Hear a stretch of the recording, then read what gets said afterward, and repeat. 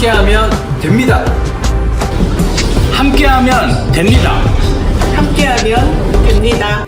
여러분 끝까지 함께 갑시다. 함께하면 됩니다.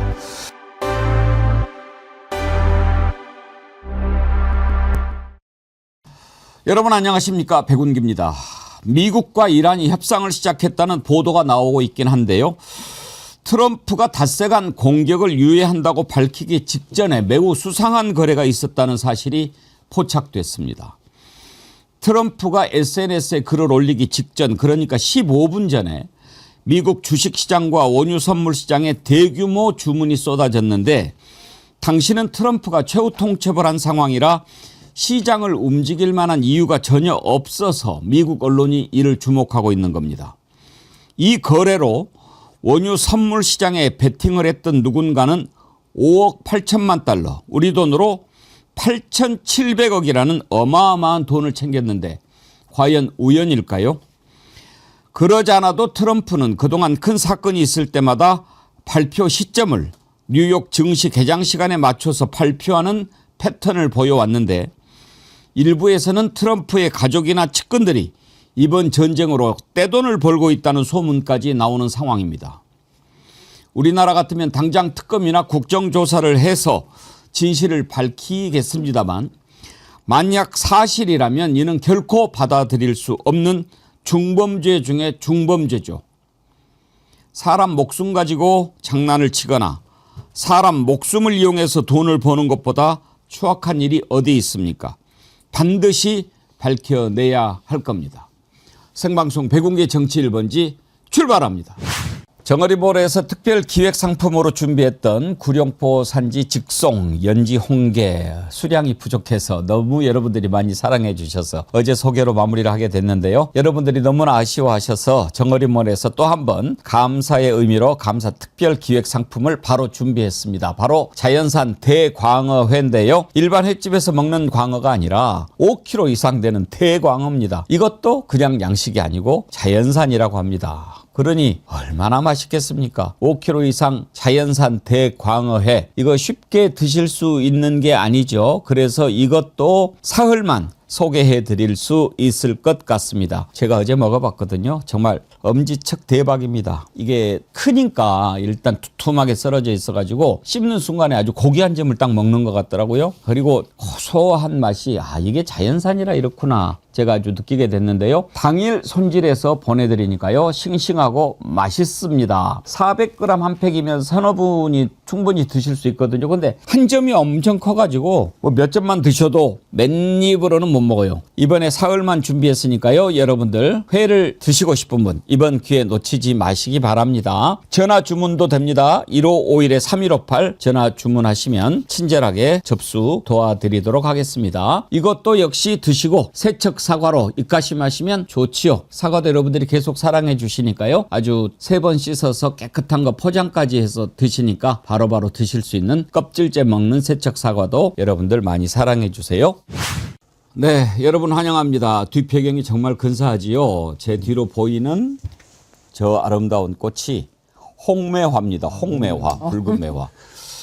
토마스님께서요, 전남 구례 화엄사에 피어있는 아름다운 홍매화를 찍어서 카페에 올려주셨는데 오늘 배경으로 사용합니다. 토마스님 감사합니다. 아주 화엄사 그윽한 홍매화가 피어있는 그 법당 앞에서 이렇게 있는 그런 느낌이 드는데요. 네, 아주 봄이 저렇게 올라오고 있습니다. 감사드리고요. 문경의 박정묵님, 좋게 말로 할 때 좋아요 좋아요 좋아요 좋아요 눌러주이소 그러셨는데 말로 하십시다. 예, 박정묵님 감사합니다. 자, 오늘 함께 하실 세 분 패널 소개합니다. 신유진 변호사님 어서 오세요. 네, 봄이 왔습니다. 네, 봄에는 여러분 정원이 TV와 함께 하십니다. 네. 오늘 홍매화하고 가장 잘 어울리십니다. 네, 감사합니다. 네. 네. 그 옆에 신신이네 오늘 신신남매 신인규 변호사님. 네, 안녕하세요. 신인규 신인규입니다. 정당 바로 세우기 대표님이십니다. 네, 감사합니다. 맞은편에 한겨레 21의 김한 기자님 어서 오세요. 네, 안녕하세요. 김한입니다. 반갑습니다. 네. 오늘 우리 이 내용부터 먼저 좀 다뤄보죠. 트럼프의 수상한 타이밍. 제가 어제도 그런 말씀을 드린 적이 있어요. 좀 이상하다. 그러니까 어떤 생각이 들었냐면요. 트럼프가 최후 통첩 48시간 날렸지 않습니까? 그래가지고 이제 완전히 우리 코스피 막 떨어지고 유가는 올라가고 달러도 막 치솟고 이거 참 이러면 큰일인데 그랬는데 막 이제 뉴스에서 그때는 5일 공격 유예가 나오기 전이니까 그날 우리 주요 뉴스들이 다 이제 뭐 17시간 남았다. 내일 아침 8시 44분이 최후 통첩 시한이다. 이제는 어떤 일이 벌어질지 모른다. 막 이렇게 하고 있는 상황인데 우리나라는 이제 밤이고 미국에서는 그게 뉴욕 증시 개장 시간 얼마 전이죠. 그러니까 이제 미국에서도 이게 막 그 예고가 됐었어요. 주식시장이 이제 엄청난 혼란에 빠질 거다. 근데 그걸 앞두고 갑자기 닷새간 공격 유예한다. 이렇게 하니까 완전히 달라진 거 아닙니까? 제가 그걸 보면서 저도 이제 조금 촉이 생기잖아요. 저런 식으로 하면 말이야. 트럼프 그렇지 않아도 좀 믿기 힘든 사람인데 장사치 아니야. 그리고 또 트럼프 주변에 있는 놈들도 다 또 별로 그렇게 뭐 그렇게 보이지 않는데 저걸 이용해 가지고 예를 들어서 한국 시장 잡아먹겠다. 마음 먹으면 아주 쉽겠네. 이런 생각이 딱 들더라고요.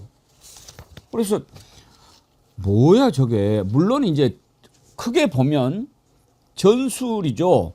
뭐 이렇게 막 협박하는 것처럼 막 했다가 이제 뭐 안 할게 그랬다가 그 사이에 막 지상군 투입을 위해서 병력을 이동시키고 이런 작전이겠거니 했는데 이게 만약에 어떤 증권시장이나 주식시장 교란으로 이어진다면 그건 완전히 다른 문제 아닙니까? 그래서 그런 걱정이 있었는데 아니나 다를까 보도가 딱 나오는 거예요. 그걸 보고 난 너무나 놀랐어요. 야, 배공기 많이 똑똑해졌네.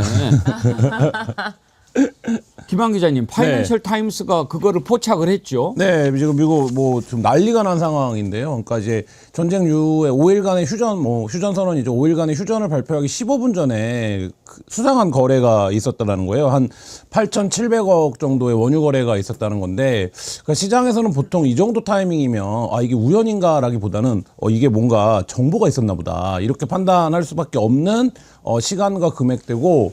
뭐 월가에서 많이 하는 말 중에 하나인데 전쟁 정보가 세계에서 가장 비싼 정보다 이런 얘기 하거든요. 그러니까 지금 백 대표님 말씀하신 대로 전쟁과 관련해서 어떤 정보를 알 수 있다면 뭐 유가라든지 금리 뭐 여러 가지 것들을 시장에서 통제할 수 있는데 그러니까 이런 부분들이 겹쳐져서 지금 보이고 있는데 요거에 앞서서 미국에서 트럼프도 사실 여러 이제 금융 투자들을 하고 있고 미국은 우리와는 달리 이 부분에 대해서 이제 뭐 자산을 매각한다든지 동결해야 되는 의무가 사실 없어요. 대통령이. 그래서 약간의 공백이 있다 이런 지적도 있고 트럼프가 뭐에 투자하고 있냐. 근데 뭐 사실은 미국 채권에 투자해갖고 손해본 거 아니냐. 뭐 이런 얘기들이 나왔는데 그런 얘기들과 맞물리면서 이게 이제 누가 여기서 이득을 취했는지를 확인해 봐야 된다. 이렇게 된다면 전쟁을 통해서 전쟁 범죄를 통해서 누군가가 막대한 지금 수익을 올리고 있는 거 아니냐. 내부 정보를 가지고 이런 지금 의혹이 지구적으로 제기되고 있는 그런 상황입니다.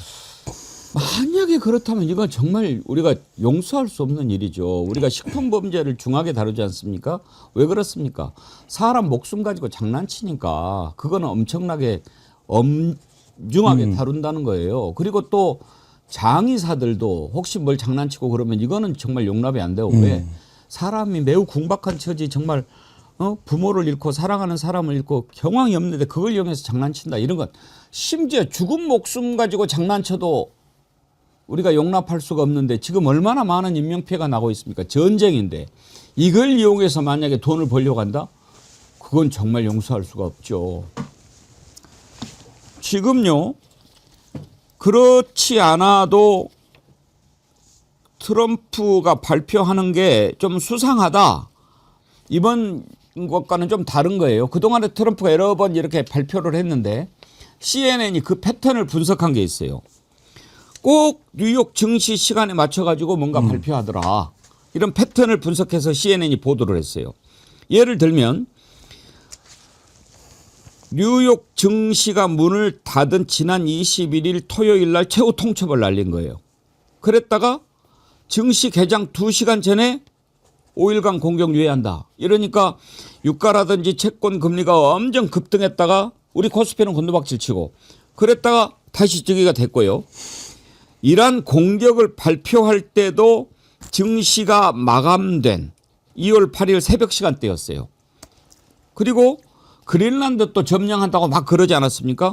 그것도 주말에 했다가 개장 20분 전에 그린란드 안 해. 그렇게 안 해. 이래가지고 또 그거를 다시 뒤집고 이런 식으로 증시의 움직임에 맞추어서 뭔가 영향을 미치는 발표를 트럼프가 해왔다라고 CNN이 패턴을 분석을 한 게 있어요. 이거는 뭐 여러 가지 정치적인 차원에서 그렇다고 볼 수는 있지만 이걸 가지고 만약에 누군가 정보를 알고 투자를 해서 엄청난 돈을 벌었다. 이거는 신유진 변호사님 딱 떨어지는 내부자 거래 아닙니까? 그렇죠. 지금 말씀하시는 것처럼 CNN이 패턴을 분석하는 것도 지금 이게 8,700억 우리 돈으로 8,700억 원 가량의 그 거래가 이루어진 것 이거 이상하다라고 했는데 그렇다면 패턴을 분석해 보자. 패턴을 분석해 보니까 이게 다 참 증시 거래와 연관이 있는 것 같다라는 생각이 들고 이 최근에 지금 8,700원 가량의 정말 15분 전에 이 트럼프의 게시물을 올리기 15분 전에 이 거래, 이 대량의 선물 거래에 대해서는 25년간 시장을 지켜봤는데 이상하다. 이건 정말 비정상적이다. 월요일 아침에 중요한 지표도 없고 연준 인사들의 발언도 없었고 이벤트 리스크가 없는 날 치고는 이례적으로 큰 규모의 거래다. 이거 한 건만 봐도 이상한데 이 패턴을 분석해 본 결과 이거 너무 수상한 거 아닌가.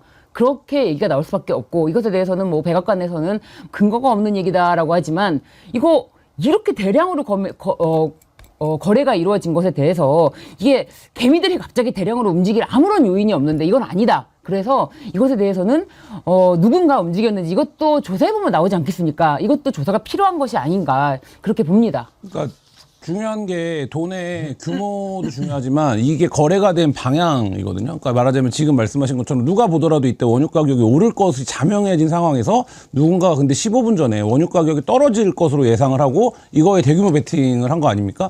근데 이거는 우연이기는 사실 어렵죠. 왜냐하면 우연이라고 하면 기존에 살려고 그랬던 물량도 일단 오늘은 하루 지켜볼까? 이게 이제 상식적이고 합리적인 판단인데 그게 아니라 과감하게 정반대의 판단을 했다라는 건 누군가가 이 정보, 그러니까 이 말하자면 전쟁이 어디로 갈지에 대한 방향성을 알고 있어야 사실 가능한 베팅이기 때문에 정말 뭐 예를 들어서 촉이 좋고 감이 좋고 투자 막 그냥 아무렇게나 하는 사람이 내가 한번 반대로 청개구리처럼 해봐야겠어 이런 게 아니라고 한다면 이거는 정보를 알고 있고 그래서 그 정확하게 반대 방향으로 투자를 한 거기 때문에 그 부분은 오히려 주목할 필요가 있는 거죠. 8,700억이에요. 8,700억. 그 규모는 신인규 변호사님 웬만한 나라 예산이에요. 아니, 엄청난 금액일 뿐만 아니라 지금 이게 보면은 호재는 이제 아침에 또 악재는 이제 오후에 이렇게 발표를 하는 시점도 지금 계속 포착이 되는 건데 결국에는 인위적으로 이 시장 가격에 개입을 하거나 어떤 주가에 영향을 미칠 의도라면 이거는 뭐 단순한 어떤 내부자 정보를 가지고서 어떤 기업의 주가를 부양시켜서 하는 이런 주가 조작보다 훨씬 더 심각한 상황이 되는 거거든요. 아예 시장 자체를 본인들의 그 손아귀에서 주물르면서 어떻게든 본인들의 그 이익을 지금 극대화하고 있는 이런 의혹을 지금 받고 있기 때문에 정말 아까 앵커님 말씀하신 대로 그 수단 자체가 먹는 거 가지고 장난을 쳐도 우리가 이건 용납할 수가 없는데 이 사람이 살고 죽는 이 전쟁을 가지고서 지금 트럼프가 장난을 만약에 친다고 이게 밝혀진다면 이건 정말 용서받을 수 없는 일이 되지 않을까 매우 심각하게 보여집니다. 정말 사실이라고 하면 이건 절대 용서할 수 없죠. 우리나라 같으면 당장 특검해야 되고 국정조사 해야 되는데 미국은 이제 청문회 하겠죠. 만약에 이거 전쟁 끝나고 나면. 그런데 어느 세월에 그게 밝혀지겠습니까? 심지어 지금 트럼프 사위 쿠시너의 그 투자사가 30% 자산이 증가했다 이런 이야기도 있지 않습니까? 그러니까 이 전쟁의 그 15분 전에 자신이 그러니까 트럼프가 15분 후에 자신이 뭐라고 글을 올릴지는 자신만 아는 건데 그렇죠. 이 정보를 공유했다? 근데 이거를 예측할 수 있는 사람은 없지 않습니까?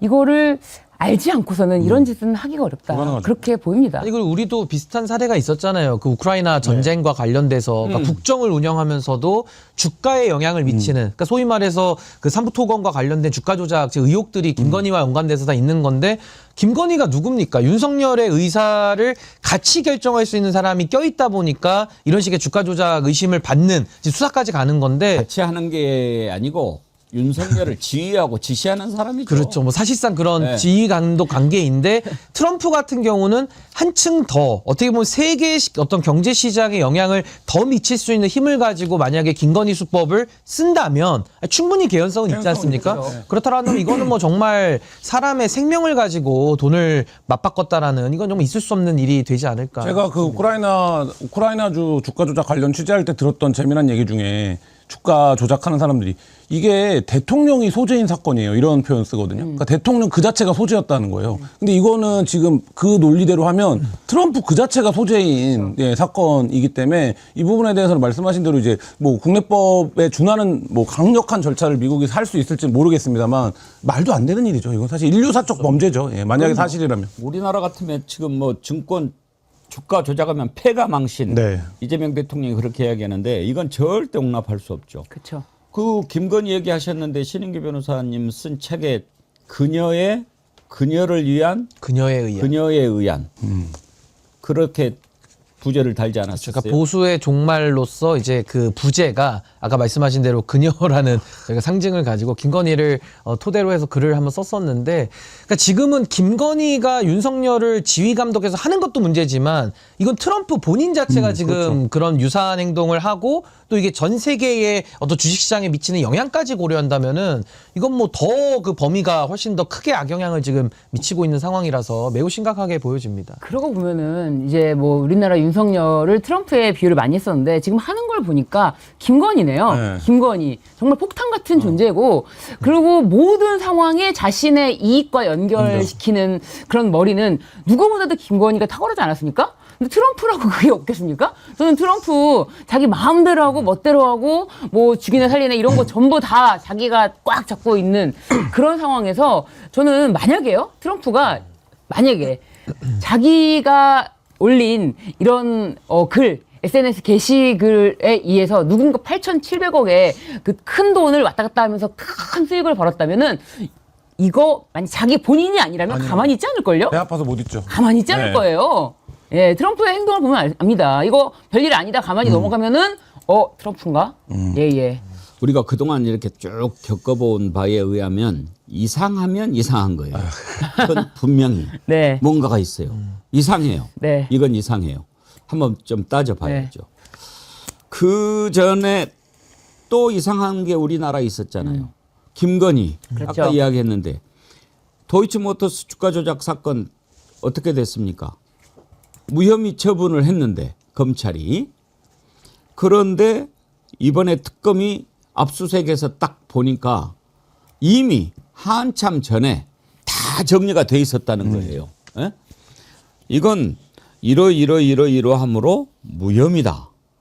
그렇게 딱 적어놓고 또 심지어 진술 조서까지 이렇게 딱 뭐 만들어놨는데 이것은 이렇게 진술할 것으로 예상한다. 그거는 이제 어떻게 보면 코치용이죠. 이렇게 진술하시라 하는 코치용이죠. 그렇게 하고 자기들끼리 내부 메신저를 이용해 가지고 이런 거를 또 주고받았더라고요. 문건을 참고해라. 이게 중앙지검 내부 메신저에 서로 문건을 참고하라 이렇게 했다는 거는 완전 이건 짜고 무혐의를 주기 위해서 준비를 했다는 거 아닙니까? 네, 그러니까 저희가 뭐 흔히들 특수부 수사나 이런 데를 비판할 때 방향을 잡아놓고 답을 정해놓고 한다라고 하는데 지금 이게 뭐 그런 이제 의심들을 굉장히 많이 했었는데 이거는 지금 그 답을 정해놓은 어떤 과정의 일면이 공개가 된 거죠. 제가 예전에 특수부 수사했던 검사를 통해서 이제 전해서 들은 얘기인데 기소와 불기소를 다 준비한다는 거예요. 그러니까 예를 들면 위에서 큐를 뭐를 줄지 모르기 때문에. 그러면 이 얘기는 뭡니까? 기소를 할 수 있는 논리도 만들고 혐의를 봐주는 논리도 만드는데 위에서 어떻게 지휘를 하느냐 이거에 따라서 이걸 내기도 하고 이걸 내기도 하는데 근데 이거를 직접적으로 이제 말하자면 노골적으로 지시하지 않으니까 그러면 이제 들어가서 그걸 알아차려야 되는 거잖아요. 근데 지금 이 건에서 얼개가 뭐가 나온 겁니까? 이창수 지검장이 무죄 판례를 검토해봐라 이렇게 지시를 했다는 거 아닙니까? 그러면 이거를 일선 수사검사들 어떻게 받아들이는 겁니까? 아 이거를 기소하지 말라는 거구나 이렇게 받아들이는 거고 그거를 지금 말씀하신 것처럼 대담하게 어디서 한 겁니까? 메신저에서 한 거예요. 근데 왜 저게 왜 저렇게 했을까? 만약에 감추려고 하면 다른 방법을 쓰지 않았을까?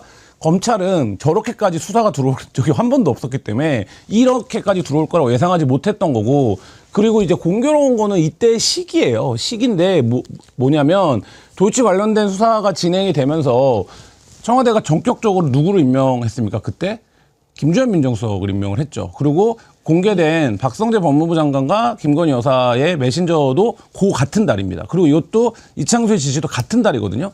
그러면 이때 이 무렵에 요 2024년, 그러니까 23년 요 무렵에 그 집중적으로 그 달에 김건희의 기소 여부에 대해서 이른바 이제 말하자면 용산 로펌이 집중적으로 움직인 거죠. 그래서 그때 도이치 수사팀을 뽀개고 전주에 있던 이창수 지검장을 뽑아 올린 거 아닙니까? 그 수사팀만 정확하게 조준 사격을 해서 해체해버리고, 그러니까 이런 과정들이 그때 의혹으로 삼았던 것들이 결국엔 지검 내부에 저런 수사 지휘와 수사 보고가 있었다. 이게 지금 특검 수사를 통해서 지금 일면들이 드러나기 시작한 거죠.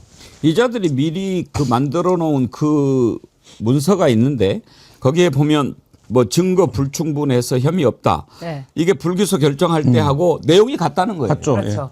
불기소 문건을 참고하라라고 먼저 이제 지시를 내렸는데 그 불기소 문건에 증거 불충분, 혐의 없음 이걸 정확하게 이거 방향으로 가라라는 정확한 지시를 내린 거죠. 디렉션을 내린 그렇죠. 거예요. 사실 지금 우리 김한 기자님께서 그 흐름을 쫙 얘기해 주셨지만 원래 이원석, 송경호가 누구보다도 윤석열의 신복이었습니다. 그런데도 불구하고 송경호를 보내고 이창수를 끌어올린 시점이 2024년 5월인데요. 이때 이창수를 불러들이고 나서 이렇게 문건을 먼저 불기소 문건을 작성해놓고 이걸 참조하라라는 이야기가 나오고, 조사도 하기 전에 정말 말씀하신 것처럼 예상 답안을 다 써가지고 이렇게 답변할 것이다라고 해서 다 완성을 해놓은 거예요. 왜냐하면 그때는 김건희가 내 수사 빨리 종결해야 되지 어떻게 되냐라고 이제 박성재한테 재촉을 하니까 다 마련해 두었습니다. 저희가 다 준비해 두었지요. 저희가 다 작성해 놨어요. 걱정 마십시오. 안방. 네, 그렇죠. 김안방에게 이렇게 김안방. 보고를 하지 않았겠습니까? 이런 보고하려면 보고할 자료가 필요하니까 검찰이 준비한 것도 이렇게 준비가 돼 있다. 나오셔서 잠깐만 이렇게 하시면 된다. 그러니까 그냥은 부를 수 없고 미리 불기소 결정을 확실하게 내놓고 이제 나를 이제 조사하는 형식을 갖추는 거, 거기까지만 받아들이겠다 이렇게 나온 거겠죠. 검찰이 김건희를 어떻게 해서 무혐의 처분했는지 그 일지를 한번 보십시다. 이제 이원석 검찰총장이 제대로 한번 수사해보겠다라고 하니까 인사를 해가지고 서울중앙지검장 확 바꿔버렸지 않습니까? 네. 그래가지고 이창수가 5월 달에 부임을 합니다. 그랬다가 한 2달쯤 있다가 조사를 해요.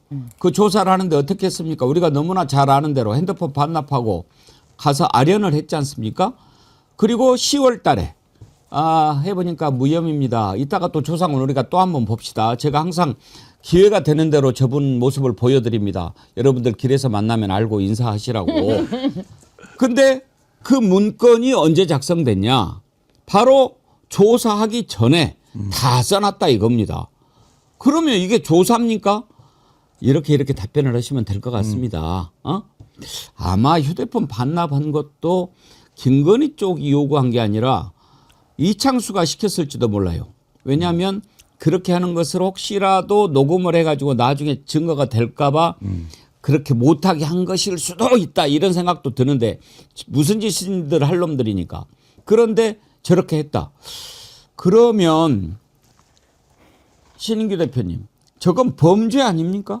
저건 뭐 범죄 중에서도 가장 그 악질의 범죄로 봐야 되는 것이, 결국에는 우리가 권력자를 선출하고 그 권력에다가 우리 국민들의 주권을 위임을 하는 거거든요. 그러니까 위임을 받은 사람들이 그 권력을 가지고 특히나 이 검찰이라고 하는 이 칼을 상대방은 베어버리고 자신들에 대해서는 오히려 죄를 감추는 수단으로 지금 사유화를 한 거 아니겠습니까? 예를 들어 윤석열이 자신의 권한을 가지고 자기가 아는 사람들 봐줘도 그것도 문제예요. 근데 이거는 자기 배우자, 그러니까 사실상 자기 사건을 스스로 그 권력을 가지고 면죄부를 준 거기 때문에 이건 정말 용서받을 수 없는 정말 악질적인 어떻게 보면 국민 배신죄까지 더해지는 그런 차원인 것이고, 당시에 우리가 기억을 좀 되살려 보면 뭐 인제 와서 다 밝혀진 겁니다만은 박성재가 민정수석과 통해서 다 이미 짜고 치고 이미 논리 다 무혐의로 다 세워놓은 다음에 검사들은 가가지고 핸드폰 맡기면서 진술 다 껴맞춰 오고 그러고 나서 10월달에 조상원 저 차장 검사가 면죄부 준 거 아닙니까? 그때 논리가 어떤 논리냐?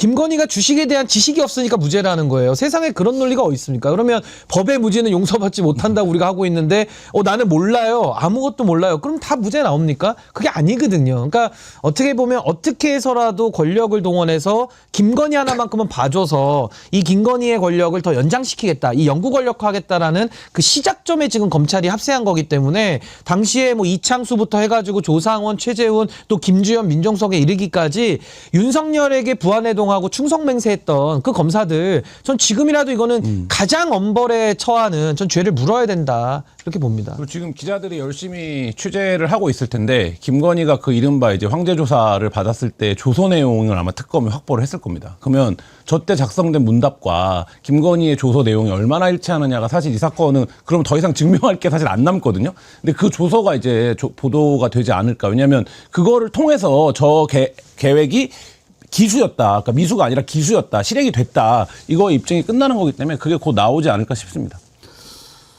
이건 이제 특검이 일단 이창수, 조상원 이자들을 출국 정지시키고 제대로 수사를 할 것으로 보입니다. 그러면 낱낱이 드러날 거고 이런 게 뻔한데도 그거를 또 묵살한 재판부는 뭐냐. 이것도 한번 생각을 해봐야죠. 자, 우리가 좋아하는 조상원 얼굴 한번 보고 갑시다. 시세 조정 범행을 인식 또는 예견하면서 계좌 관리를 위탁하거나 직접 주식 거래를 하였다고 보기 어려워 금일 피의자에 대해 혐의 없음 결정을 하였습니다. 훌륭하시죠? 네. 저렇게 하고 나 검사야라고 하고 다닐 수 있을까 싶어요. 저때 PPT 자료가 100페이지가 넘었고요. 예. 저 문답이 한 4시간, 제 기억에 4시간 넘었나? 하여튼 그렇게까지 이어졌는데 그때 이제 기자들도 사실상 마지막 물어볼 수 있는 기회이기 때문에 굉장히 작심하고 들어갔는데 저 때가 이제 말하자면 뭐 청문회 때 우리가 흔히 보는 바보 회장님 전략 처럼 김건희를 거의 무슨 뭐 이런 금융적 금치산자로 만들어서 이런 거래를 전혀 할 수 없는 사람이다. 그래서 막 도표까지 만들었던 거 아닙니까? 그렇게까지 열심히 준비를 해서 지금 타임라인 보니까 그래서 몇 개월 더 걸렸구나. 그 PPT를 만드느라고. 그래서 저도 이제 그거를 그 압축된 본을 그때 이제 받아보고 야 진짜 열심히들 산다 이런 생각했었거든요. 근데 그게 바로 지금 저 사건이에요. 근데 이게 국민을 우롱한다고 봐야 되는 게 이제 검찰에서 김건희를 봐줘야 되니까 아까 우리 김한 기자님 말씀하신 대로 그냥 김건희를 거의 바보 천치로 본인들이 표현을 다 해놨어요. 근데 문제는 김건희가 과거에 문자를 보내거나 주변인들의 진술을 종합해 보면 너무나도 이 주가 조작에 대해서 전주 이상의 어떤 역할을 했다라는 게 이미 다 드러나 있는데 앞뒤가 안 맞는 해석을 검찰 스스로 면죄부를 주는데 그 면죄부를 받은 당사자가 본인들의 인사권자고 본인들의 상급자고 본인들의 충성 대상이었던 거죠. 그러니까 이건 정말 뭐 검사이기 이전에 이건 한 인간으로서도 이건 양심을 다 팔아먹고 본인들의 권력을 연장하기 위한 하나의 수단으로 쓴 거기 때문에 이건 정말 국민들 입장에서는 절대 이거는 용서할 수 없는 가장 저는 악질의 범죄 아닌가. 지금의 검찰이 이 지경까지 온 데는요. 저 사람들이 한 역할이 거의 99%에서 100%인 겁니다. 완전히 검찰 조직 자체를 다 날려버린 거기 때문에 사실 지금의 검찰 안에서 일하는 검사나 수사관들도 아마 저 검사들에 대해서는 지금 굉장히 좀 부글부글 할 수밖에 없는 그런 상황 아닌가 싶습니다. 제가 도이치 삼부토건 웰바이오텍 주가 조작을 다 취재해 본 거에서 이 사건에 지금 비어 있는 건 뭐냐면요. 돈이 없어요. 그러니까 도이치에서 특검이 인정한 게 한 7억대인데 실제로는 20억 넘는다고 보거든요. 그럼 그 돈 일단 어디 갔냐? 이게 하나 있고. 삼부 같은 경우에는 뭐 그 수사에서는 예를 들면 뭐 그 지배구조나 이런 부분들에서 누가 이건 누구 돈이고 누구 돈이고 누구 돈이고 하지만 사실 그 돈이 다 사모펀드를 통해서 들어온 돈이거든요. 그러니까 진짜 주인을 몰라요. 근데 삼부가 주가 조작으로 해서 얻은 그 수익 규모가 최소 300억대고 웰바이오텍은 400억대가 넘거든요. 근데 이 웰바이오텍은 그때 사모펀드에 들어왔던 주인들이 한 15명, 20명 정도의 가명, 그러니까 우리 따지면 그 정도밖에 안 돼요. 근데 이 중에 저희가 취재해서 보도했었습니다만 같은 건물을 쓰는 사람이 4곳, 그 다음에 이 수사가 되자마자 법인 청산을 한 개가 한 서너 군데 되거든요. 그럼 이거 진짜 주인이 누구냐? 그럼 이거 다 합치면 한 800억대 이상 되거든요. 근데 이 돈에 대해서 지금 어떤 특검도 제대로 얘기를 하고 있지 않다. 뭐 이 말씀 꼭 들어보고 싶습니다. 지금 어쨌든 도이치 무혐의 과정이 어떻게 이루어졌는지가 특검을 통해서 드러나고 있는데 결국 지금 1심에서 무죄가 났지 않습니까? 그렇죠. 충격적입니다. 이 무혐의를 만들기 위해서 이렇게 작전처럼 이렇게 치밀하게 지시를 하고 5월 달에 모든 그 관련된 인사를 싹 갈면서 이창수를 기점으로 해서 이걸 짝짝짝 내렸는데 그럼에도 불구하고 어렵사리 10월 달에 한 무혐의 결정을 내릴 수가 있었거든요. 모든 걸 손발을 맞춰가지고 모든 증거를 김건희를 정말 바보 천치로 만들어서 겨우겨우 냈는데 우인성 판사는 쉽게 무죄 판결을 냈단 말이에요. 그때 무죄 판결을 낸 논리도 이거를 그러면 공소장을 변경하지 그랬어 이런 거예요. 간단히 얘기하면. 그래서 일단 공소장 변경을 했다고 그러죠. 네네. 그러니까 이번에는 강제로. 했는데. 그러니까 그러면 재판가 우리가 그 소송 지휘하는 과정을 봤지만 한덕수나 이런 경우에도 예를 들면 판사가 그 판단이 있었으면 그걸 재판 진행 과정에서 그렇게 소송 지휘를 하잖아요. 근데 그걸 전혀 하지 않고 있다가 이걸 무혐의를 줄 때만 이거 공소장을 변경했으면 유죄가 될지도 몰랐는데 이거 약 올리는 것도 아니고 이게 뭐 하는 판결이었냐. 지금 검사들도 지금 몇 명이 달라붙어가지고 그렇게 힘들게 지금 박성재까지 달라붙어가지고 다 힘들게 겨우겨우 무혐의 내준 거를 우인성 판사가 간단하게 무죄를 내렸다. 이 부분은 저는 사실 방조라고 보지 않거든요. 이거는 공범입니다. 누구보다도 핵심 중에 핵심이라고 보고 이 건에 대해서 사실상 최은순도 빠져있는 부분 이런 부분도 좀 미약했다라고 보여지는데 이거를 가볍게 무죄로 준 이 판결 이 자체가 너무 저는 수상하고 잘못됐다. 하여튼 2차 특검 제가 기대합니다. 기대하는 가장 큰 이유 가운데 하나. 검사를 한 명도 안 집어넣었다는 겁니다. 2차 맞습니다. 특검에는 검사가 없어요. 왜 1차 특검이 실패했는가? 저는 지금 이렇게 보세요. 미리 다 준비해가지고 김건희 무혐의를 줬는데 그거 제대로 수사하려면은 자기들이 모셨던 검사 선배들 다 잡아 넣어야 되는데 그거 하겠어요? 그래서 그런 거 뭐 중이 제 머리 못 갖는다든가 아무튼 뭐 이렇게 검사들 있어서 안 되는 거예요. 그래서 검찰 없애는 거 아닙니까? 검사 하나도 안 넣고 권창녕 특검 잘하고 있습니다. 한번 우리가 지켜봅시다. 응원하면서. 다음으로 넘어갈 텐데요. 동접이 10,000명 넘었는데 좋아요가 5,000이 안 됐다는 거. 이건 정말 비극이죠. 네, 여러분 이 시간에 좋아요 꼭 눌러주세요. 아까 박정무 님이 좋은 말 할 때 눌러라고 분명히 좋은 말로 하셨죠? 예. 자, 이재명 대통령이 국무회의 계속 지금 할 때마다 중계를 하지 않습니까? 그걸 보면서 많은 국민들이 저렇게 국민들이 궁금해하는 거 그리고 또 뭐를 대통령이 관심을 갖고 있는지 이런 거 탁탁탁 알게 돼서 참 좋다. 근데요, 저는 어제 국무회의 모습을 보면서 딱 이렇게 뭔가 느낀 게 있었어요. 여러분들도 한번 이재명 대통령이 얘기할 때 국무위원들 표정을 한번 좀 유심히 지켜봐 보시죠. 저는 어제 그걸 보고 오늘 이걸 한번 여러분들하고 생각해 봐야 되겠다 했는데요. 우리가 국무회의 뭐 그동안에는 아예 중계를 안 했으니까 뉴스에 나오는 거 모습 보면은 전부 다 이렇게 막 받아 적고 막 그랬잖아요. 옛날에는 적자 생존이라고 그랬어요. 적어야 산다. 그래가지고 막 이렇게 특히 박근혜 때는 심했죠. 근데 이제 이재명 대통령이 진행한 뒤로는 국무위원들 특히 장관들 눈빛이 달라졌어요. 왜냐? 언제 누구한테 질문이 들어올지 모르니까 그렇겠지만 한번 그 국무위원들의 눈빛을 한번 보면서 한번 봐보십시오. 지금 노동부 장관 산재 사망을 줄이기 위해서 우리가 참 많이 노력하고 있죠. 네. 국회 입법은 어떻게 좀 잘 되고 있어요? 예, 거의 다 입법 마무리 단계고요. 이제 법사위까지 통과한 법안들이 본회의를 통과하게 되면 작년 9.15 대책은 마무리될 것 같습니다. 여튼 이것도 지금 몇 달 걸리고 있는데 너무 당연히 해야 될 일들이 안타깝게 좀 지연되는 것은 매우 유감스럽습니다. 그리고 행안부 장관님. 네. 예.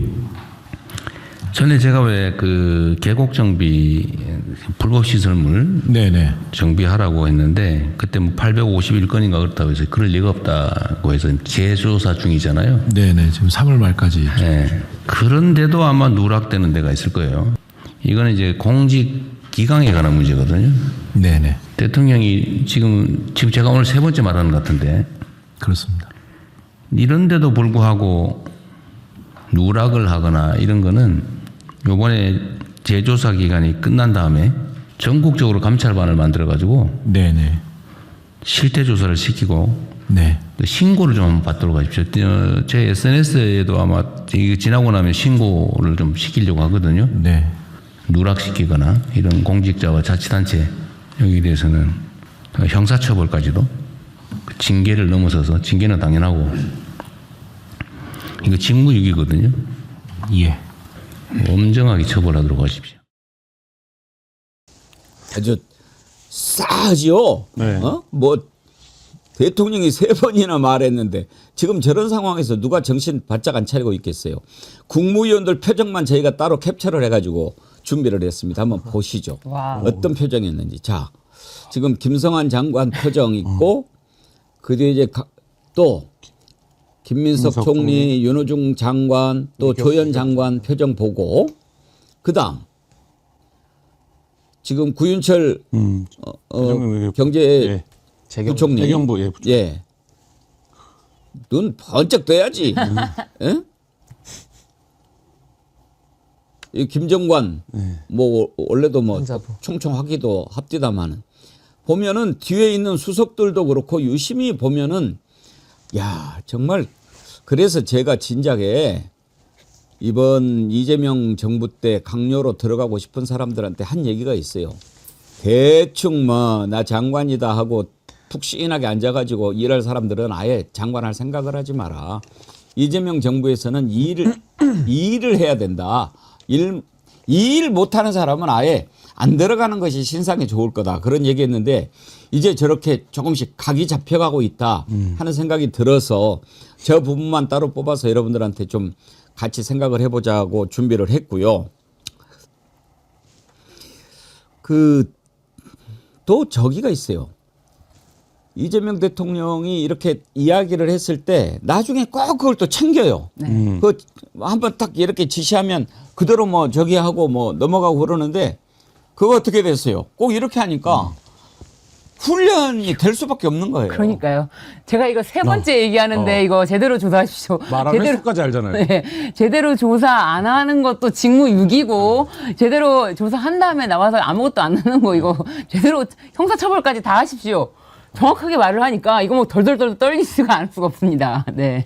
그러니까 이게 저는 사실 이재명 대통령 보면서 참 이런 지도자를 우리가 처음 본다라는 생각이 드는 것이 제도도 중요하지만 그 제도 운영하는 게 더 중요하거든요. 결국 우리가 자동차를 사도 그 자동차를 잘 운전을 하는 게 훨씬 더 중요하지 않겠습니까? 그런 차원에서 이재명 대통령의 특징은요. 일을 할 줄 아는 분이기 때문에 질문이 살아있어요. 그러니까 질문 자체가 굉장히 구체적이고 현실에 기반을 두고 질문을 하니까 듣는 사람이 받아 적다가는 큰일 나죠. 그렇죠. 잘 듣고 네. 뭘 물어보시는지를 들어야, 그러니까 좋은 질문이 나와야 좋은 답이 나오는 거거든요. 그래서 참 대통령이 이렇게 말씀 듣고 있다 보면은 정말 질문을 참 잘 하신다. 아니까. 아주 구체적으로. 네. 근데 그렇게 하니까 받는 입장에서는 딴 생각하거나 추상적인 답을 할 수 있거든요. 대충 이렇게 뭉개고 넘어갈 수 있는데 그랬다가는 또 제재 질문이 들어오니까 이게 정말 준비되지 않으면 또 국민들 앞에서 또 창피당할 수 있으니까 장관들도 거의 그 시험 범위가 정해지지 않은 그 무제한의 시험을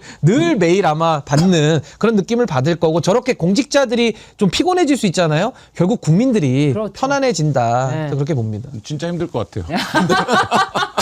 이거 제보도 받으세요. 대통령께서 네. 제대로 조사 안 하면은 네. SNS로 지금 다 들어오니까 이게 큰일 저희도 났어요. 이제 뭐 기자 일에 빗대서 설명을 해보면 저희는 이제 기사 쓰기 전에 발제라고 하는데 발제를 해서 이제 내면 국장이나 부장이 대충 보고 그래 일단 써 갖고 와봐라 이렇게 하는 사람 있고 이거를 뭐 데이터를 확인해 봤냐 이거 통계는 어디서 봤냐 내가 예전에 이 얘기 뭐 이런 사람들이 있거든요. 그러면 피곤하거든요. 그러니까 너무 피곤해요. 그 시간 자체가 두려울 때가 있거든요. 그 하급자 입장에서는. 근데 지금 저도 이제 국무회의 가끔 보면 이거 저거 정말 들어갈 때마다 긴장감 엄청나겠다. 그 중압감이. 근데 그거는 또 저들이 저 자리를 택한 저들의 몫이고 신 변호사님 얘기한 대로 저게 이전의 대통령 어땠습니까? 예전에 윤석열 대통령 보고서 한 페이지 넘어가면 집어 던진다는 거 아니에요. 이걸 나보고 읽으라고 갖고 왔냐고.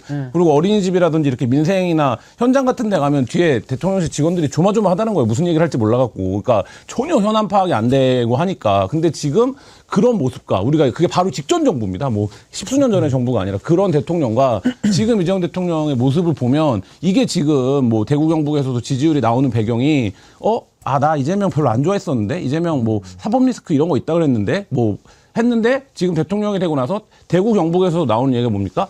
그래도 뭐 일은 좀 하대 이런 평가가 지금 지배적이라는 거 아닙니까? 저게 딱 그런 모습. 그리고 저도 하나만 더 말씀드리면 윤석열 때는 이제 비교해서는 안 되고 왜냐면 그때는 아예 종이를 그냥 백지만 보고 살았으니까. 근데 그 전전 대통령들 이하를 그렇죠. 우리가 봐도 그 전엔 뭐였냐면요 미리 짜고 치는 거예요. 다 그 참모들이 써줘가지고 써준 것만 읽어주고 받아줬고 그냥 모양만 보여주는 거라서 사실 어떻게 보면 민주적으로 선출된 대통령이 중심이 돼서 국민을 대표해서 관료제들의 폐해도 깨야 되는 거거든요. 근데 지금 이재명 대통령은 누가 써주는 게 아니라 본인이 궁금한 거 국민을 대신해서 묻고 챙기고 따지고 하다 보니까 이거 정말 관료들이 그동안에는 뜨뜻하게 편하게 있었다라면은 지금은 정말 일하지 않으면은 도태될 수밖에 없고 또 대통령께서 하시는 말씀 중에 참 좋은 것이 신상필벌을 늘 얘기하세요.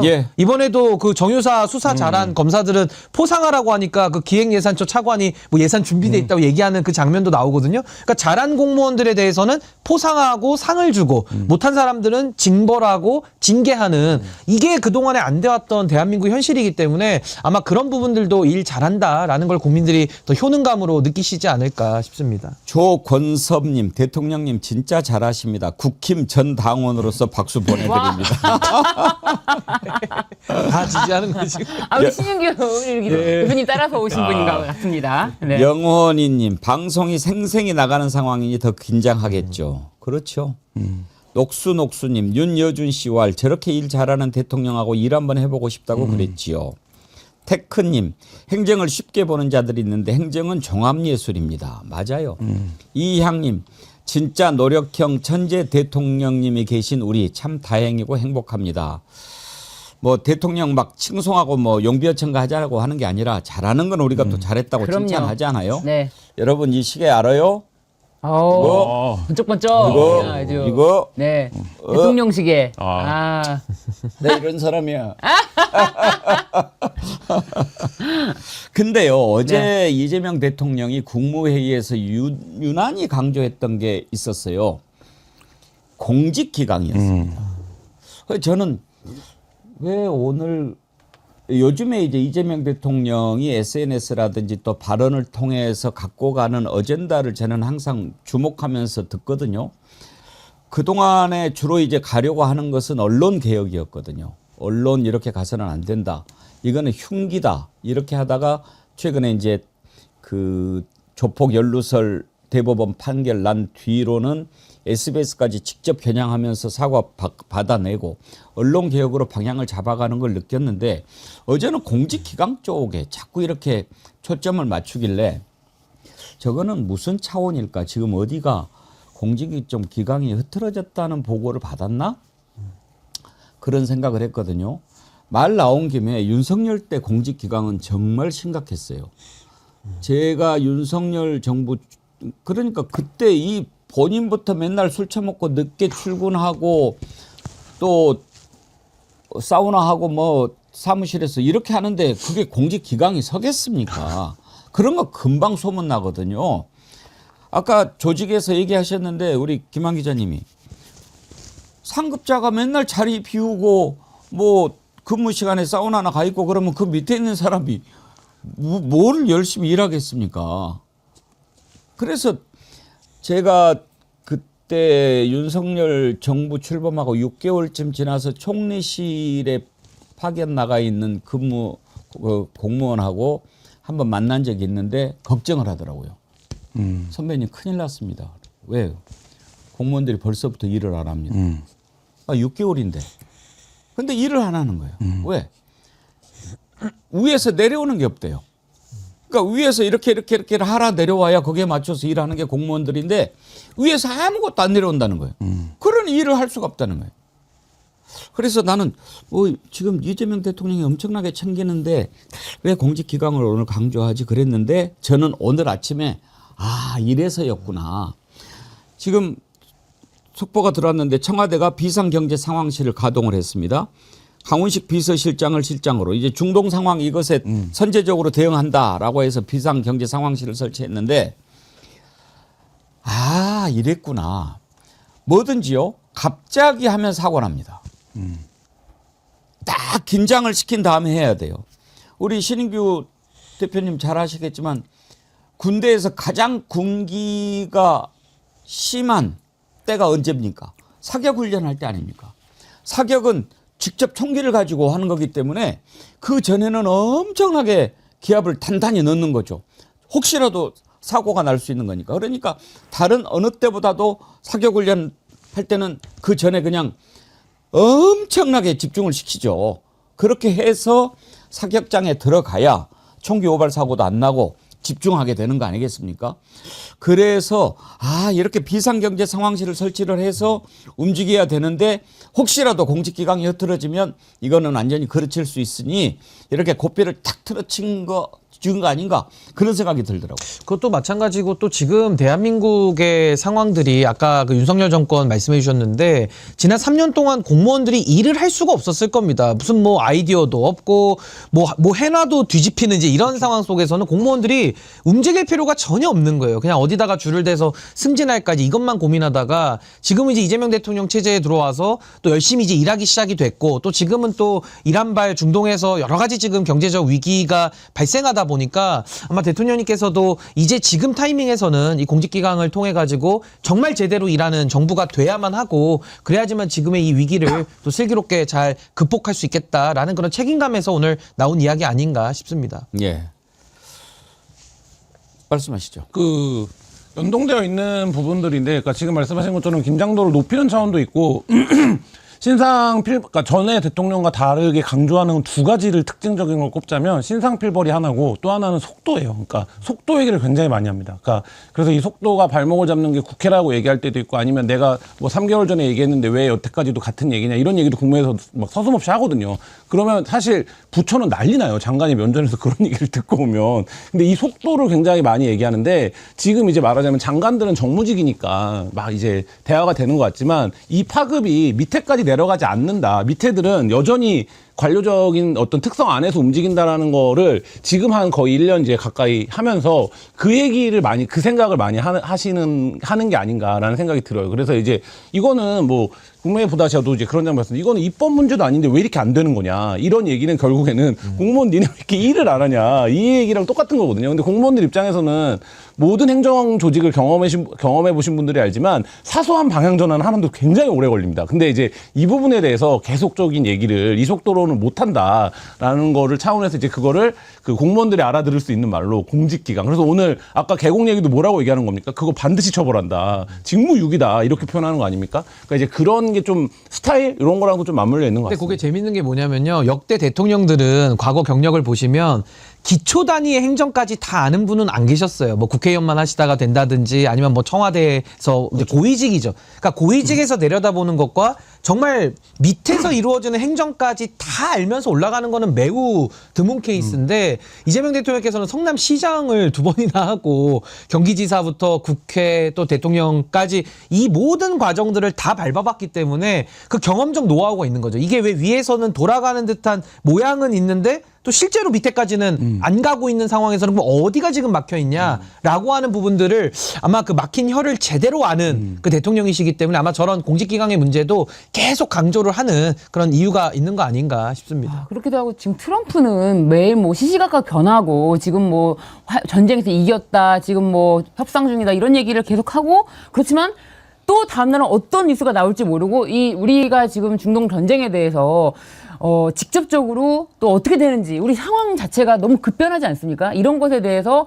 정말 기밀하고 신속하게 정말 실시간으로 모든 거를 대응해야 되는데 이것에 대해서 그냥 평시로 이거를 운영하면 안 되겠다. 그런 생각이 확실히 강하셨던 것 같아서 이게 이제 비상경제본부, 비상경제 상황실을 만들어서 아예 물가라든지 에너지, 금융, 민생복지 그리고 해외 상황에 대해서 실시간으로 주 2회 아예 회의를 상시적으로 연다는 거 아닙니까? 이러면서 우리나라 경제를 더 탄탄히 우리나라 국민을 더 탄탄히 세세하게 챙기겠다. 야 정말 대통령은 잘 뽑았네요. 네. 공직기강뿐만 아니라 모든 기강은요 솔선수범입니다. 위에서 딱 이렇게 뭐 예를 들어서 회의 같은 거 봅시다. 내가 최근에 우연히 어떤 짤을 봤는데 옛날에 삼성 이병철 회장이 1년에 한 번씩 사장단 회의를 주재를 하더라고요.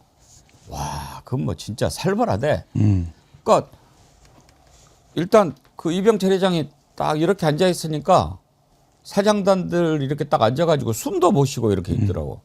근데 예를 들어서 거기에서 어떤 뭐 오너가 딱 이렇게 계셔가지고 뭐 이렇게 뭐 담배나 피면서 이렇게 앉아갖고 있으면은 앉아 있는 사람들이 물론 뭐 그런 와중에도 또 카리스마 있고 또 뭐 고약한 놈 만나면은 뭐 또 벌벌 떠는 사람들도 있겠지만 분위기가 되겠어요. 근데 솔선수범을 하면 기강은 서는 거예요. 그렇죠. 윤석열 때 왜 그렇게 됐냐? 지가 솔선수범해서 사우나하고 술 처먹고 늦게 나오고 나온 시간 속이고 그러니 어떻게 됐겠습니까? 그러면서 말로만 공직기강하면 기강이 서겠습니까? 예를 들어서 윤석열이가 2023년에 어디 외국을 나가면서 뭐 이런 거를 한 게 있어요. 서울시 교육청의 공문이에요. 대통령 해외 순방 중 공무원 공직기강 확립 및 근무 철저. 너무나 많이 들은 그런 제목이죠. 가지고 대통령 순방 중에 안정적이고 원활한 국정 운영을 위하여 아래와 같이 유의사항을 알려드립니다. 당면 업무에 차질 없는 수행, 공직자로서의 품위 및 청렴 의무를 손상시키는 행위 금지, 신속한 보고 체계 확립, 각종 안전사고 예방 조치, 출입 관리 및 보안 관리 강화, 근무 시간 준수, 당직 근무 철저. 저런 거는요. 귀신 씨나라 까먹는 소리예요.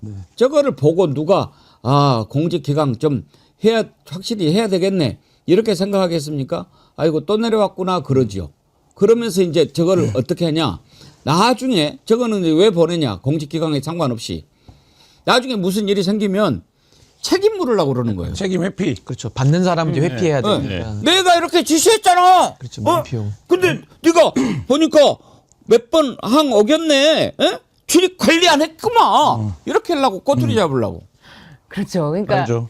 이재명 대통령은 그런 어떤 이런 추상적인 내용으로 공직 기강 확립, 근무 철저 이런 거는 일이 돌아가게 하는 게 아니라는 아니죠. 거를 누구보다도 알죠. 일이 돌아가게 하려면은 그 무슨 일을 시키는지, 내가 무슨 일을 해야 되는지 할 일을 아주 구체적이고 디테일하게 주기 때문에 그 할 일을 눈 감고 안 할 수가 없는 거예요. 그리고 사실은 일이 너무나 많기 때문에 다른 일을 하다 보면은 뭐 구체적이지 않다면은 다른 일을 다 열심히 했습니다. 그 일 지금부터 보겠습니다. 항상 확인해 보겠습니다. 이게 다거든요. 여태까지 모든 회의, 뭐 이렇게 큰 회의 보면은 확인해 보겠습니다. 근데 이거는 이제 그런 게 아니거든요. 이재명 대통령 스타일은 확인해 보겠습니다라는 말은 절대 어떤 변명이 되지 않는다. 아니 그리고 우리 인생도 그렇잖아요. 한 개인도 하물며 저도 수첩에다가 오늘 할 일을 구체적으로 적어요. 2시에 어디 가서 뭐 해야 되고 언제까지 해야 되고. 아니, 다 우리 인생도 그렇지 않습니까? 근데 하물며 조직을 관리하는데 하나마나 무슨 밥 짓는 소리 해가지고 뭐 때 되면 배고프다 이러고 있으면은 돌아갈 수가 없는 거고. 전 대통령께서 이것도 하나 연관지어서 보자면 어떤 제도를 쓸 때도 강압적인 거 안 합니다. 이게 할 수 있도록 유도를 해서 자발적으로 하게끔 만드는데 마찬가지로 대한민국 공직자들 훌륭한 사람들 많아요. 근데 그분들이 리더가 누가 오느냐에 따라서 좋은 팀이 되기도 하고 아주 나쁜 팀이 되기도 하는데 리더가 관심 있는 거에 구성원들은 관심 갖게 돼 있습니다. 그러니까 대통령께서 승진시켜 줄게 권한이 있어요. 누구누구 승진시켜 줄까? 일 잘하는 사람, 나랑 코드 맞는 사람 승진해 라고 하면요 공무원들은요 밤새서 일합니다. 그 대통령에게 내지는 그 장관에게 눈도장 찍고 승진하고 싶어서. 근데 그걸 우리가 나쁘다고 할 수 없잖아요. 오히려 승진을 잘하는 사람들을 시켜서 조직이 돌아가도록 만드는 것이 어떻게 보면 공직기강을 바로 세우는 그런 지름길 아닌가. 아주 잘하고 계신다고 저는 봅니다. 아까 그 교육청 공문 봤는데요. 교육청이면은 좀 뭔가 달라야 되잖아요. 근데 저런 걸 제일로 잘하는 데가 어딘지 아십니까? 군대입니다. 그렇죠. 정말 말도 안 되는 건 뭐 이렇게 해가지고 윤석열 때 3년은 너무 길다 이런 말이 참 국민들 공감 많이 불러일으켰지 않습니까? 요즘에는 5년은 너무 짧다 뭐 이런 얘기가 나와요. 그런 얘기가 안 나오겠습니까? 오랜만에 이런 세상 만나서 우리가 한번 해보려고 하는데 저는요 군대도 빨리 개혁해야 된다고 봐요. 지금 이제 검찰개혁, 사법개혁 그리고 언론개혁하고 나서는요 이 군대 개혁해야 됩니다. 지금 이게 전쟁을 하지 않는 군대는 아무래도 처질 수밖에 없죠. 근데 우리가 지금 전쟁을 안 한 지가 벌써 70년이 넘지 않았습니까? 그러니 참 일부 뭐 병사들한테는 죄송합니다만 제가 보았을 때 지금 몇몇 부사관들은요 하는 일이 없어가지고 아침에 나와서 커피 한 잔 마시고 하루 종일 게임하다가 저녁에 커피 한 잔 마시고 퇴근하고 이러는 사람들이 많아요. 정말.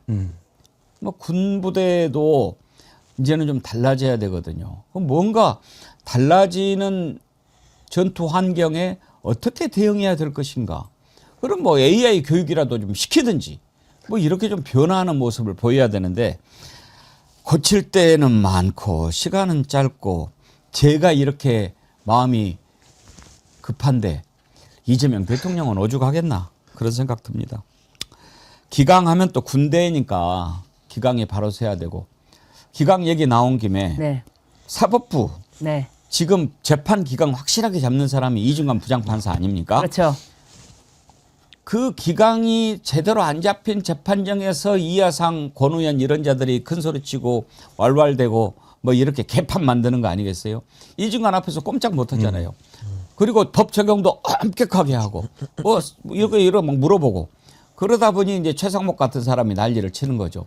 최상목 이중관 부장판사가 담당 재판장이 되니까 기피 신청 냈는데 딱 각하를 했죠.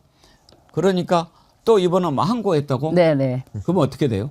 이제 고등법원에서 판단을 하게 됩니다. 그러니까 이제 최상목이 기소된 건이 직권남용하고 직무유기입니다. 그러니까 이제 헌법재판관 임명하지 않은 것에 대해서인데 그 건에 대해서 기소가 됐고 플러스 또 한덕수 재판에서 위증 혐의에 대해서 기소가 됐는데 위증 혐의가 뭐냐면은 자신은 이 문건을 그때 당시 지시 문건인데 이거를 받은 기억은 있으나 읽은 기억은 없다라고 진술을 한 거예요. 그런데 이게 본인이 그 문건을 받아서 무려 53초간 그걸 들여다보는 CCTV가 다 공개가 된 거예요. 그런데 자기가 받은 기억은 있지만 읽은 기억이 없다라고 위증 혐의로 기소됐지만 그 진술을 한 것이 이진관 재판장 앞이다. 그러면 이진관 재판장에게 나는 이건 판결 받을 수가 없다. 이렇게 배째라 하고 나온 겁니다. 나는 궁금한 게 네. 항고 이유서라든지 기피 신청 이유서를 뭐라고 썼을까 궁금해요. 이진관이 무서워요 뭐 이렇게 썼을까?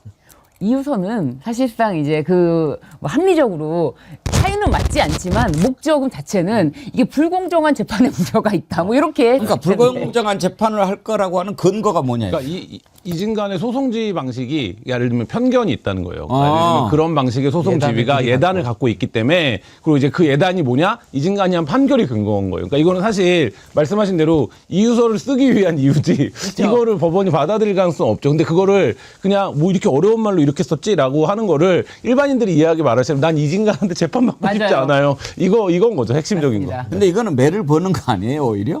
그렇죠. 지금 최상목 같은 경우도 사실 이 내란을 일으킨 윤석열 정부의 마지막 기재부총리를 했던 사람이기 때문에 끝까지 단 하나의 책임도 지지 않고 재판받는 과정까지도 윤석열 따라하기 식으로 저런 속옷 저항을 떠올리게 만드는 이런 식의 기피 신청 남발은 전 국민들로 하여금 더 큰 심판의 그 매를 부르고 있는 거 아닌가 싶습니다. 예. 근데 이제 시간은 끌 수 있죠. 최대한 시간을 끌고 또 재판 과정에서 최대한 시간을 끌고 어떤 식으로든 시간을 끌어서 이진관 재판장한테 판결은 받지 말아야겠다. 왜냐면 지금 불구속 상태이기 때문에 재판을 끌려면 끌 수 있거든요. 예, 그런 작전 중에 하나라고 저는 봅니다. 아무튼 기강을 세웁시다. 네. 예, 나라의 기강을 세웁시다. 전체 차렷. 해야 기강하면 또 국힘 아닙니까? 네. 예. 이거 짧게 가고 봅시다. 지금 국힘당에서 청년들 이렇게 모으는 게 있어요? 대국민 오디션 형태로 진행을 하고 있는데 이게 이제 여의도 속내를 들여다보면 지원자가 없기 때문에 어떻게라도 지금 모으는 거예요. 예를 들면 기초에 지금 나올 사람들이 없다라는 거예요. 그래서 저희 동네에도 이제 여러 사람들이 플랜카드를 붙여놓은 거 보면 경력을 이제 3줄 적게 되어 있지 않습니까? 선거에서 와 저거를 경력을 3줄을 저걸 적고 나오는 게 맞아? 이런 사람들도 지금 다 나오고 있어요. 그만큼 굉장히 구인난에 시달리고 있는데 그래서 이 대국민 오디션을 진행하는데 이게 룰도 되게 웃겨요. 하루에 3표씩 매일 행사할 수 있어요. 그러니까 내가 예를 들면 신 변호사님이 마음에 들어. 그러면 내가 전체 오디션을 지켜보고 신인규 1표를 찍는 게 아니라 오늘도 신인규 3표, 내일도 신인규 3표 이렇게 찍을 수 있어요. 그럼 이게 어떻게 되는 겁니까? 조직을 동원하는 사람은 매일 3표씩을 찍을 수 있으니까 누적으로 따지면 이게 사실상 이제 말하자면 투표라고 하는 이런 의미가 없어지는데 이렇게 진행을 하고 있는데 지금 누가 1등을 하고 있냐? 그래서 여기서 얼마나 대단한 인재들이 영입되고 있냐? 윤호개인 세력이 대거 들어오고 있는 거예요. 그러니까. 근데 이거는 윤호개인 세력을 끌어들이는 방식의 투표 설계였다라고밖에 말할 수가 없어요. 왜냐하면 무조건 유리하죠. 조직적으로 활동하는 사람들이. 그래서 지금 이제 무슨 얘기가 뭐 댓글 같은 거에 뭐라고 나오냐면 가슴에 전함기를 품고 빨간 잠바를 입는다. 이런 표현이 나올 정도로 지금 이제 그렇게 진행이 되고 있고 실제 그런 입장들을 앞서 이제 말하자면 상위권에 있는 후보들이 나는 사실 자유한길단이다. 나는 사실 부정선거라고 생각을 한다. 근데 잠깐 당선을 위해서 그걸 접고 여기에 이제 지금 참여하고 있다. 이런 글들이 막 올라오는 지금 말하자면 상상하기 힘든 지금 그 오디션이 진행이 되고 사실 있습니다. 오디션 하면 신인규죠. 뭐 그 오디션을 통해서 등장했으니까. 그런데 지금 나와서 하는 자들 이렇게 얘기를 들어보면 저는 뭐 저를 뽑아주세요 하는 차원에서 막 이렇게 입에 발린 소리를 하는 게 아니고 실제로 저런 청년들이 저런 생각을 가지고 있다면 얼마나 불행한가 그런 생각이 들던데요. 뭐라고 했는지 한번 들어보시죠. 저는 역으로 묻고 싶습니다. 우리나라 대한민국 언론사분들 자유민주주의 수호하면 안 됩니까? 그게 싫습니까? 그리고 윤어게인 하지 말자 하는 모든 국민의힘 정치인들에게도 묻습니다. 자유민주주의 반대하십니까? 저는 그거 지키려고 나왔습니다. 저희 자유한국당의 가치, 첫 번째 윤어게인, 두 번째 부정선거 척결, 세 번째 가짜보수 척결. 이러한 목소리를 좀 뭐 경기도 의원이 사실 그렇게 높은 자리는 아니지만 제도권 내에서 말하는 그러한 역할을 좀 수행해야겠다라는 다짐으로 이번에 이제 해당 오디션에 지원하게 되었습니다. 야, 축하드립니다. 인쇄날이는 투표소가 아닌 곳에서 복사기만 있으면 누구나 가짜 투표지를 대량으로 찍어낼 수 있는 위험을 내재하고 있다. 선관위는 여러 문제를 발생시키는 인쇄날인을 고집하고 있고 선거를 형해화하려는 후안무치한 발상이다.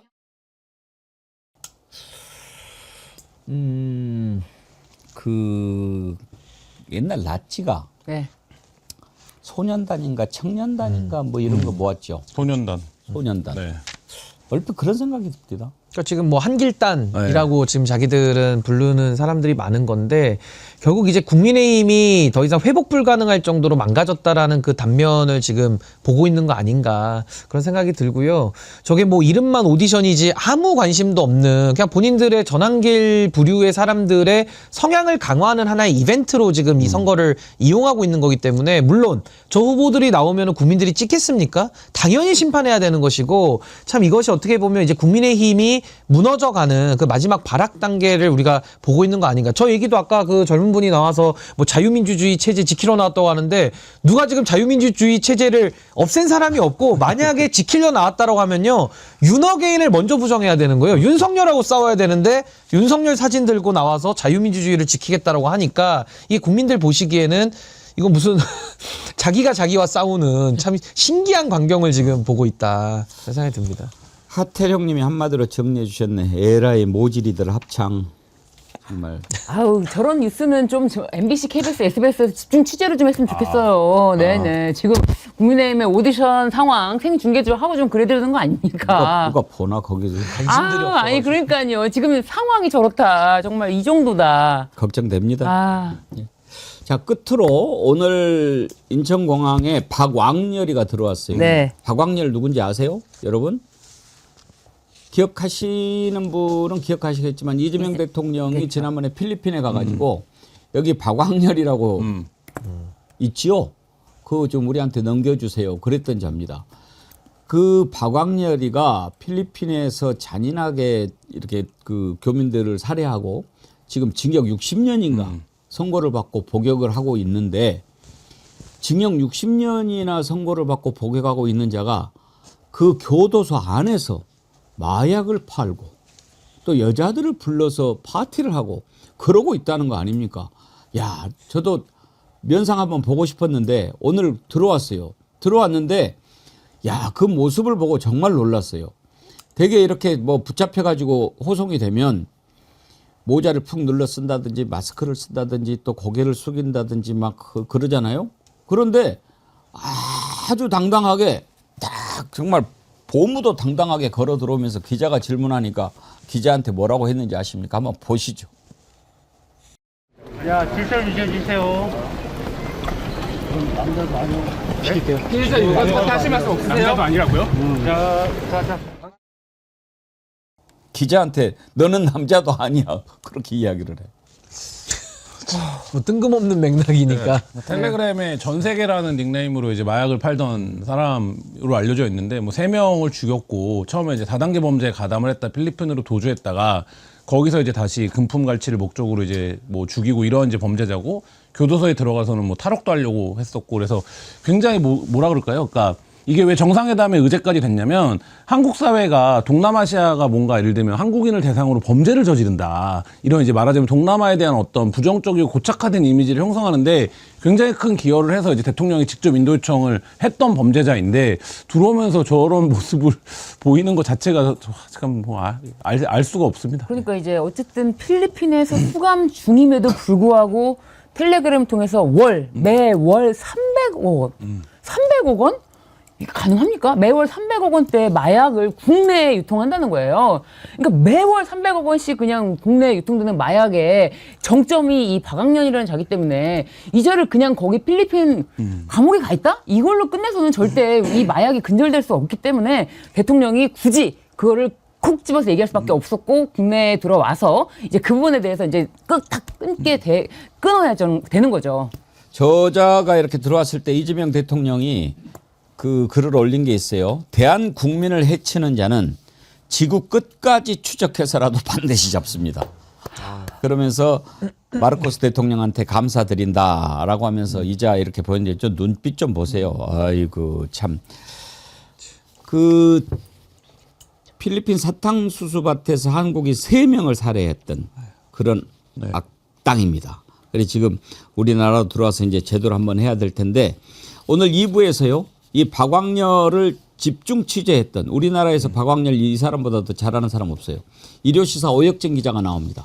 필리핀까지 가가지고 이거 취재했던 오혁정 기자 2부에서 박광렬 얘기 좀 자세히 해볼 테니까요. 2부도 계속해서 봐주시기 바랍니다.